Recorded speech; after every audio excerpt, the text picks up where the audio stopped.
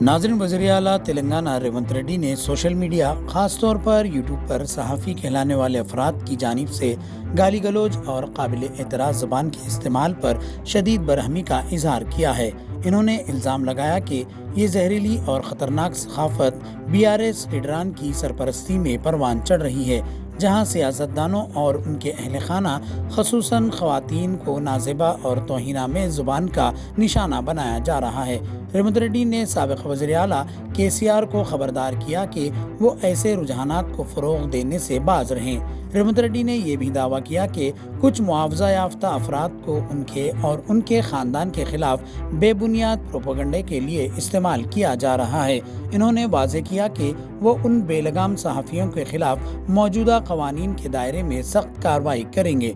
उनका कहना था कि काबिल एतराज़ तबसरे करने पर कुछ लोग बरहना करके घुमाए जा सकते हैं, मगर मैं कानून के मुताबिक अमल करता हूँ। नाज़रीन, वज़ीर आला रेवंत रेड्डी ने याद दिलाया कि तेलंगाना तहरीक के दौरान भी सहाफ़ियों ने कभी गैर शाइस्ता ज़ुबान का सहारा नहीं लिया। उस वक्त जिन चैनल्स ने तंज़िया ज़ुबान का इस्तेमाल किया था, उन्हें 1 साल के लिए आरज़ी पाबंदी का सामना करना पड़ा था।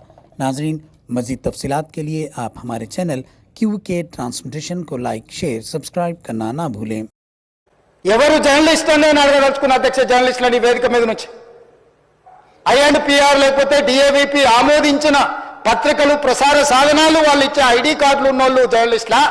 ఎవడు పడితే వాడు ఏదో ఒక ట్యూబ్ పెట్టుకొని మమ్మల్ని ఇష్ట రాజ్యంగా అధ్యక్ష, ప్రజా జీవితంలో ఉన్నాం కాబట్టి నిజంగా ఓపిక పడుతున్నాం అధ్యక్ష, రక్తం మరుగుతుంది.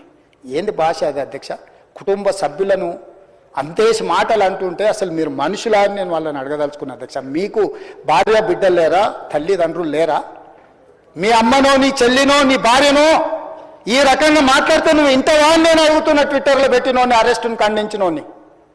నా భార్య నా బిడ్డను తిడితే నాకు నొప్పి అవుతుంది, కానీ నీకు ఒక ఆడపిల్లను అవమానిస్తుంటే నీకు నొప్పి కావా?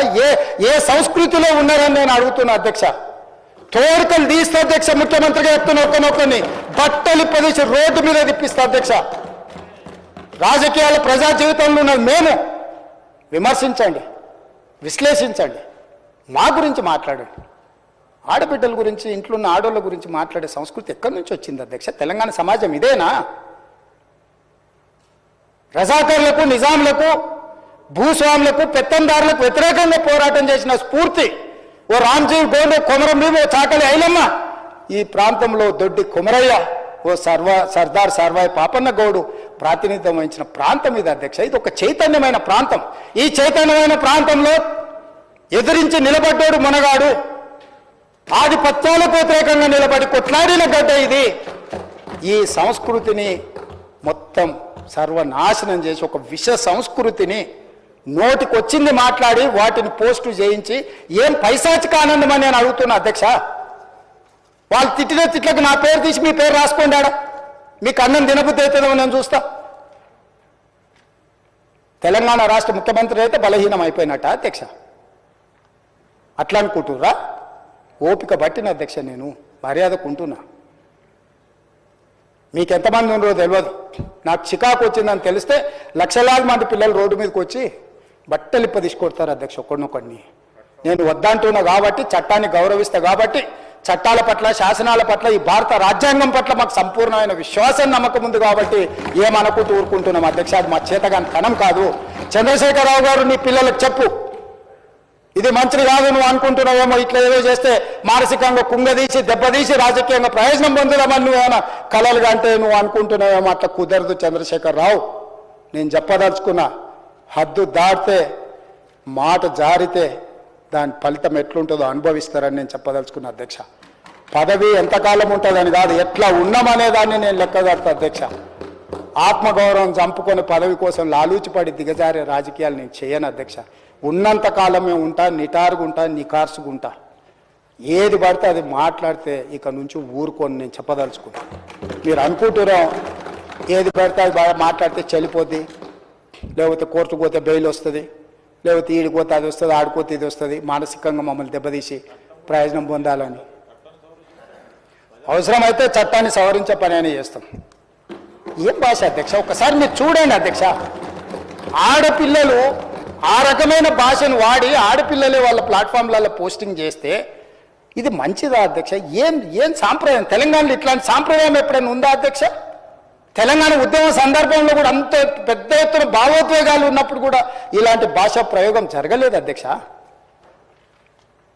ఇదెక్కడి వింత పోకడలు, పైశాచికానందం అధ్యక్ష.